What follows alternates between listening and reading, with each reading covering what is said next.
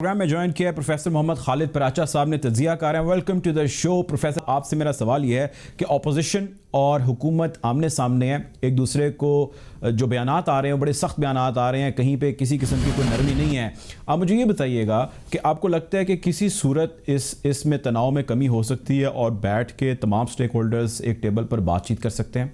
ऐसे है कि हुकूमतों की जिम्मेदारी और अपोजिशन का काम, ये जो सांप सीढ़ी का खेल कह लें या कोई और नाम इसे दे लें, ये पाकिस्तान की सियासी ज़िंदगी का तसलसल है।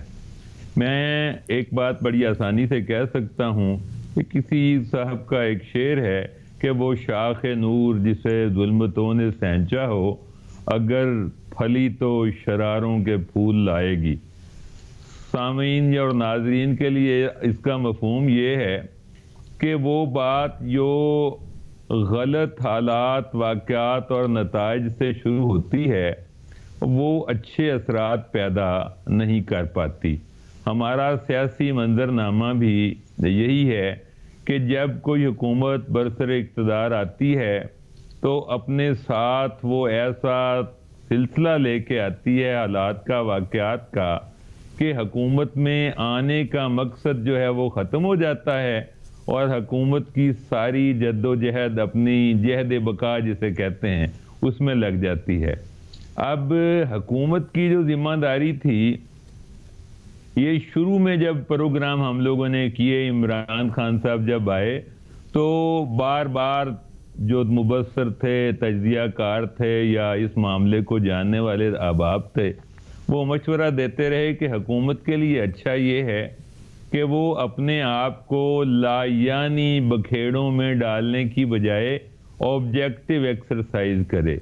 लेकिन पता नहीं बात कहने में देर हो गई या समझ आने की जरूरत नहीं थी। आप प्रोफेसर साहब मुझे ये बताएं कि गवर्नमेंट कौन कौन से पॉइंट वाइज बताइएगा, कौन कौन से सेक्टर हैं जिसके अंदर आपके ख्याल से ठीक परफॉर्म नहीं कर रही, जिसको करना चाहिए था?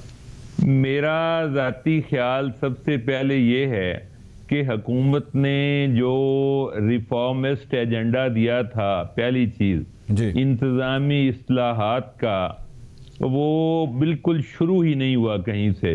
इशरत हुसैन साहब मौजूद हैं और ये पिछली हुकूमत में भी मौजूद थे और पहले भी मौजूद रहे, और बार बार उनको ही ये रिफॉर्मिस्ट एजेंडा देने का मतलब ये है। एक रिफॉर्मिस्ट हो गया सर, इसके अलावा और कौन से पॉइंट है? इसके अलावा जी इकनॉमिक डिलीवरी थी, इकनॉमिक फील्ड में डिलीवरी थी कि जी हम कर्जा नहीं लेंगे, हम खसारा दूर करेंगे और हम रिलीफ का कोई मैकेनिज्म एवॉल्व करेंगे या सामने लाएंगे।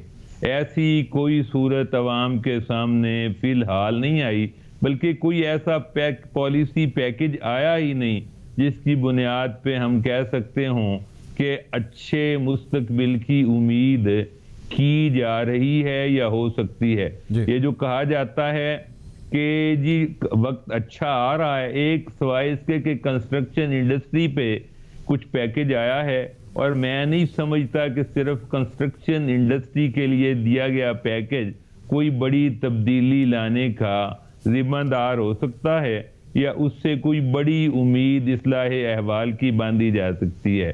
कर्जा और खसारा आपने देखा और इस पे रोज तबसरे हो रहे हैं कि सारी हुकूमतों के रिकॉर्ड टूट गए हैं और उसकी रफ्तार बड़ी ज्यादा है।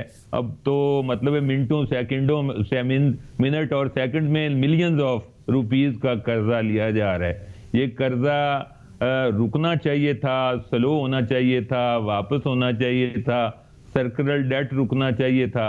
अच्छा प्रोफेसर साहब, देखिए गुजारिश ये है, हुकूमती अरकान से जब हम बात करते हैं, वफाकी वज़रा जिनसे भी हम बात करते हैं, वो ये कहते हैं, जो जिम्मेदारान है, मैं कहना ये चाह रहा हूँ, वो ये कहते हैं कि जो ये सारा किया धरा है ये पिछली हुकूमतों का है। इतने महंगे उन्होंने कर्जे लिए, इतनी महंगी शरह पर उन्होंने कर्जे लिए। अगर हम भी वही काम करें और आर्टिफिशियली इस वक्त महंगाई को, हम फूड इन्फ्लेशन को रोक दें, तो हम यकीनन ये कर सकते हैं, ये हो सकता है। लेकिन इसका नुकसान हमारी हुकूमत के बाद जो हुकूमत आएगी वो बर्दाश्त नहीं कर सकेगी। हम तो अभी भी गुजारा कर रहे हैं। मुझे ये बताइए, इनका बयान किस हद तक गलत है? इसमें ये बयानियाँ कोई 20-25% से ज़्यादा दुरुस्त नहीं है। پہلی بات تو یہ ہے کہ انہوں نے ایسا کیا کیا ہے، کون سا ایسا وائز سٹیپ لیا ہے جس کی بنیاد پہ ہم کہہ سکیں وقت اچھا بھی آئے گا. ناصر، یہ وقت اچھا آنے والا تو کوئی کام ابھی ہوا ہی نہیں ہے. اور اگلی بات کہ قرضہ لینے سے قرضے کا بوجھ بڑھتا ہے. قرضہ تو لیا جا رہا ہے اور بوجھ بھی بڑھ رہا ہے. گزشتہ 4 ماہ کے اندر جو قرضہ ہے وہ نہیں لیا گیا، اس کا ذکر کل مشیر خزانہ نے سر اپنی پریس ٹاک کے اندر کیا، اور انہوں نے ساتھ یہ بھی کہا کہ جو ہمارے اکنامک انڈیکیٹرز ہیں وہ بہتر ہو رہے ہیں. ڈالر کی قیمت 4 ماہ کے اندر 8 سے 10 روپے کم ہو چکی ہے، یعنی کہ 158 ساڑھے 58 کے قریب ڈالر ابھی ہے. عام بندے تک وہ کہتے ہیں اس کا اثر آتے آتے ابھی کچھ ہفتے یا کچھ مہینے لگ سکتے ہیں. دیکھیں، بات یہ ہے کہ یہ بڑی مشہور بات ہے. شیخ رشید صاحب کا اور اسحاق ڈار صاحب کا مکالمہ ہوا تھا کہ ڈالر کو 100 پہ واپس آ گیا، اسحاق ڈار لے آیا تو میں خودکشی کر لوں گا. تو یہ ڈالر کی واپسی اتنا بڑا سٹیپ یا ہمارا گین پارشلی ہے. مین گین ہوگا کہ ہم ایسی پوزیشن میں آ جائیں. یہ تو ہماری انٹرنیشنل تجارت سلو ہو گئی. ہم نے ڈالر سستا ہونے کا فائدہ ہمیں یہ ہونا چاہیے تھا کہ ہماری ایکسپورٹس میں اضافہ ہو جاتا، تاکہ ہمارا ڈرین جو تھا فورن ایکسچینج کا وہ رکتا اور ہمارے ریزرو جو ہے وہ بلڈ ہوتے. ریزرو بلڈ نہیں ہوئے، ایکسپورٹیبل سرپلس ہمارے پاس ہے ہی نہیں. جو قوم گندم جیسی چیز جسے وہ ایکسپورٹ کر رہی تھی اس کو امپورٹ کرنے پہ مجبور ہو گئی. کاٹن جو تھی جو 14 بلین ڈالر ہوتی تھی، 14 ملین بیل ہوتی تھی، 5 ملین بیل ہم ایکسپورٹ کرتے تھے، وہ 8 ملین ہماری پیداوار ہو گئی اور 6 ملین بیل ہماری پیداوار ہی کم ہو گئی. تو ہم یہ ایک واہمہ پالیں گے. یہ جو آپ ساری باتیں بتا رہے ہیں یہ حقیقت اور یہ اپنی جگہ ٹھہری. اب یہ بتائیے کہ ان چیزوں کو ڈیل کرنے کے لیے اپوزیشن آپ کے خیال سے جو رول پلے کر رہی ہے، کیونکہ حکومت یہ کہتی ہے کہ وہ رول عوام کے لیے یا ان مسئلوں کی خاطر یا اس کی وجہ سے وہ نہیں پلے کر رہے، یہ رول وہ اپنے آپ کو اپنے بڑوں کو بچانے کے لیے پلے کر رہے ہیں. آپ اس نیریٹو سے سہمت ہیں؟ آپ کو لگتا ہے کہ نہیں عوام کے لیے نکلی؟ جی، میں اس نیریٹو کو بڑی حد تک مانتا ہوں. کہ اپوزیشن کا کام یہ نہیں ہوتا کہ حکومت کی سٹیبلٹی کو ختم کر دیا جائے، کوئی مشورے کی ڈیبیٹ پہ نہ دیا جائے.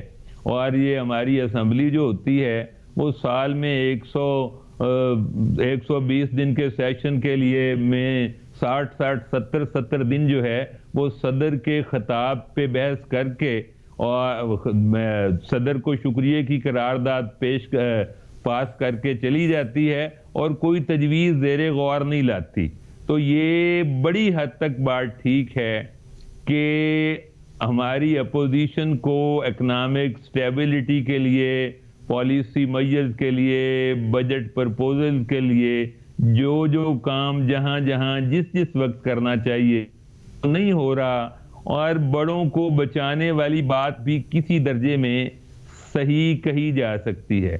اس کی وجہ یہ ہے کہ ایک نیریٹو ایسا بن گیا ہے جس میں یہ بات پیپل بائی، لوگ یہ بات مانتے ہیں کہ کچھ زیادتیاں، کچھ یک طرفہ احتساب، کچھ اور غلط طریقہ کار. مثلا میں خود یہ کہتا ہوں اور اس ٹی وی چینل کی وساطت سے کھلے عام کہہ رہا ہوں کہ نواز شریف کا مقدمہ 184(3) کے تحت سنا گیا. وہ سیدھا سادہ ایک فوجداری جرم تھا، فوجداری طریقے سے مقدمہ قائم ہوتا، اس طرح سنا جاتا.